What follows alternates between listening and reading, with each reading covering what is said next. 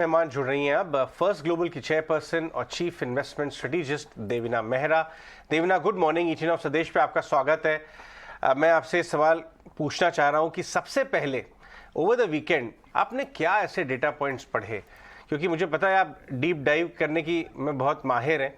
आपने एक तरफ तो अदानी ग्रुप के स्टॉक्स के रिपोर्ट में भी डीप डाइव कर ली होगी, हालांकि वो अर्ली मॉर्निंग आई, और हिंडनबर्ग की भी आपने एलिगेशंस देखे होंगे। आप तो जानती हैं ग्लोबल रिसर्च फर्म्स कैसे ऑपरेट करती हैं।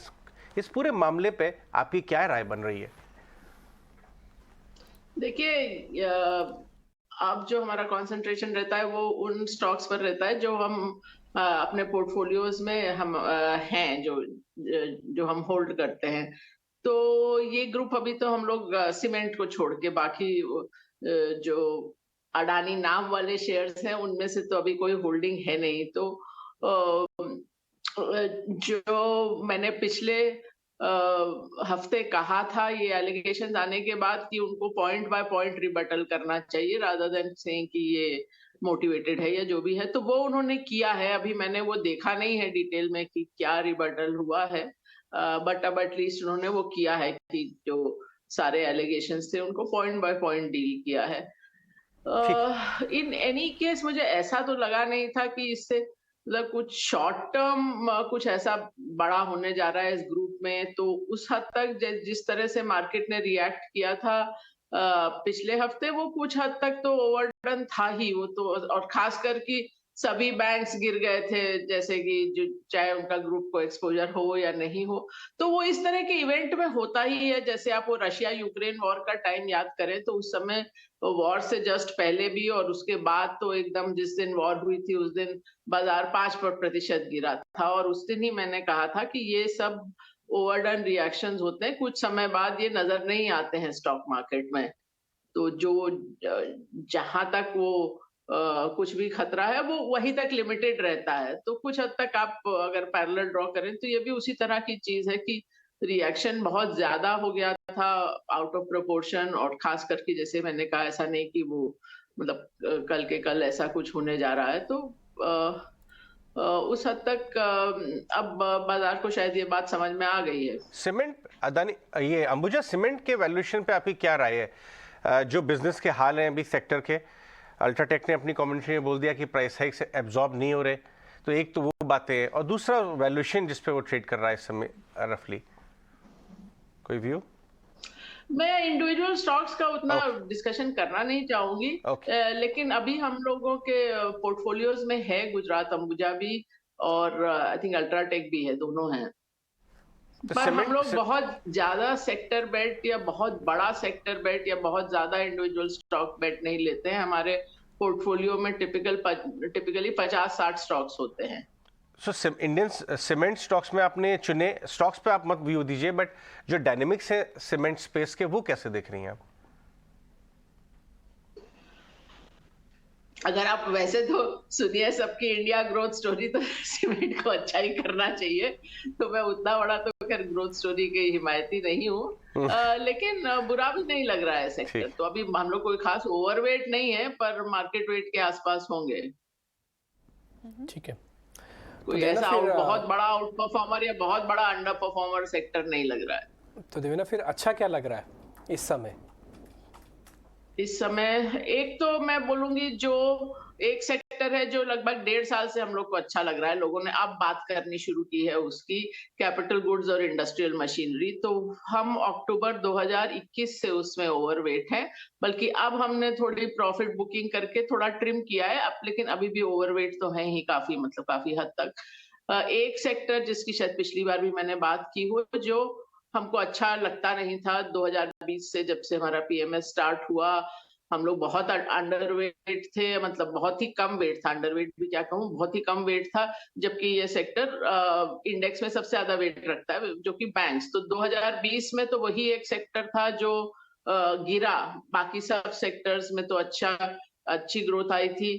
और 2021 में आप देखें तो चढ़ा, लेकिन मार्केट शायद 22% ऊपर गया था और बैंकिंग खाली 11%, निफ्टी बैंक खाली 11% गया था ऊपर। अब जब वो ट्रेंड चेंज हुआ पिछले साल के मध्य में, तो तब हम मार्केट वेट के करीब गए और प्राइस एक्शन से अब वो थोड़ा ओवरवेट हो गया होगा। और हम लोग हर तिमाही पे एक तरह से जीरो बेस से देखते हैं कि अभी हमारे पास कैश हो तो हम कहाँ डालेंगे। तो ये तो कुछ समय पहले वाली बेट्स हैं। इस बार जो थोड़ा चेंज हुआ है, थोड़े फार्मा स्टॉक्स ऐड किए हैं उसमें। तो वो एक नई नई चीज है। थोड़े ऑटो कंपोनेंट्स में थोड़ा सा वेट बढ़ा होगा। बाकी तो मोस्टली बॉटम अप है, जैसे टेक्सटाइल और केमिकल में अभी भी कुछ ओवरवेट होगा, पर वो सेक्टर बेट नहीं है, वो इंडिविजुअल स्टॉक बेट है। तो ये लगभग वो एरियाज होंगे जो अच्छे लगते हैं। Alright, good morning Devina. तो ऑटो आप बता रही हैं, आप टेक्सटाइल की बात कर रही हैं, ये स्पेसेस आप पहले भी बात कर चुके हैं, आई रिमेंबर। और एक और स्पेस जो आपको कुछ खास पसंद नहीं आता वो है बैंक स्पेस की बारे में आप पहले भी बात कर चुकी थी। बैंक्स में जो ये अदानी ग्रुप के, क्योंकि डेट का एक्सपोजर बैंक्स में है और इंडियन बैंक्स में है, जिसके चलते हमने एक बड़ी सेलिंग भी देखी। लेकिन बैंक्स पे ये जो गिरावट थी, क्या आपको लगता है ये जो फियर था वो ओवरडन हो गया? ओवरऑल कैसे बैंक्स को अप्रोच करना चाहिए? हाँ, वो मैंने कहा कि मुझे तो लगता है कि ये थोड़ा ओवरडन हुआ था, क्योंकि जिन बैंक्स का एक्सपोजर नहीं भी है अडानी ग्रुप में, वो भी सब गिर गए थे। तो वो एक नी जर्क रिएक्शन जो होता है कि एकदम से खबर आई और एकदम से बाजार ने रिएक्ट किया, निवेशकों ने रिएक्ट किया, वो चीज अब मेरे ख्याल से खत्म हो गई है। और बैंकिंग का एक तो था, जैसे मैंने बोला कि लंबा अंडर परफॉर्मेंस के बाद थोड़ा ठीक लग रहा था। और दूसरी चीज ये भी थी कि आप पिछले साल के मध्य, मतलब लगभग तीसरी तिमाही अगर कैलेंडर ईयर की देखें, तो तब से थोड़ा फंडामेंटल भी चेंज रहा है। एनपीए साइकिल काफी कुछ निकल गई है, प्रोविजनिंग के कारण अब उतना बड़े एनपीए रहे नहीं। दूसरी बात ये थी कि क्रेडिट ग्रोथ अच्छी चल रही है। तो वो दूसरी चीज थी। और तीसरी चीज है कि जब ब्याज की दरें ऊपर जाती हैं, तो शुरू में तो एटलीस्ट बैंकों का मार्जिन बेटर होता है, क्योंकि आपने जो लेंडिंग की है, जो लोन है, वो सब में ब्याज की दर एकदम से बढ़ जाती है, जबकि डिपॉजिट्स जब रोल ओवर के लिए आते हैं तभी वो दर बढ़ती है। तो कुछ समय के लिए वो मार्जिन के लिए भी पॉजिटिव होता है। ऑफ कोर्स बॉन्ड बुक के लिए नेगेटिव होता है, इंडियन बैंक्स में वो भी देखना होता है। पर ओवरऑल ये स्पेस, जैसा कि मैंने कहा, ठीक लग रही है। वैसे मैं कहूँ तो मुझे बैंक्स में मैं थोड़ा डर के साथ ही निवेश करती हूँ, क्योंकि बैंक्स ऐसी जगह है, मैं बैंकर रही हूँ, इसलिए मुझे शायद थोड़ा ज्यादा डर लगता है कि पता नहीं रहता कि कहाँ नेगेटिव सरप्राइज आएगी। और आप बाहर बैठे हुए ये चीज को कभी असेस ही नहीं कर सकते कि किस बैंक में कहाँ कोई क्रेडिट खराब हो जाएगा और नेगेटिव सरप्राइज आ जाएगी। तो वो इसलिए मैं थोड़ा डर डर के निवेश करती हूँ। पर अभी फिलहाल बैंकिंग सेक्टर ठीक लग रहा है। भी कहा कि आपने सिलेक्ट फार्मा नेम्स जो है ऐड करना शुरू किया है, आपका हाइपोथेसिस क्या है? आप फार्मा एक्सपोर्ट वाले नाम ऐड कर रही हैं ये सोच के कि यूएस में प्राइसिंग प्रेशर का वर्स्ट इज बिहाइंड अस, या आपको डोमेस्टिक फार्मा पसंद आ रहे हैं जहां पे ग्रोथ अच्छी है और वैल्यूएशन भी शायद बेटर असाइन हो जाते हैं O2C जैसे? ज्यादा तो मतलब ज्यादातर ऑफ कोर्स बड़ी कंपनियों में दोनों ही सेगमेंट हैं। तो वो ये नहीं आप कह सकते कि मैं खाली डोमेस्टिक वाली फार्मा लूं, या क्योंकि खाली डोमेस्टिक वाले तो मोस्टली वो फिर खाली एमएनसीज ही रह जाएंगे जो केवल भारत के बाजार को केटर करते हैं। तो वो दोनों का ही थोड़ा मिक्स है, थोड़ा एमएनसीज भी हैं और बाकी जो डोमेस्टिक प्लेयर्स हैं वो भी हैं। जैसा कि मैंने कहा, बहुत आउटसाइज बेट नहीं है, लेकिन मैं पहले हम लोगों को इस तिमाही से पहले तक ये सेक्टर बिल्कुल ही अच्छा नहीं लग रहा था। अब वो वहां से बेहतर लग रहा है। ऐसा कोई बहुत बड़ा आउट परफॉर्मर होगा ऐसा हमारा बेट नहीं है, लेकिन हमारे सिस्टम्स को अब कुछ स्टॉक्स अच्छे लग रहे हैं, तो वो हम लोगों ने अब खरीदे हैं।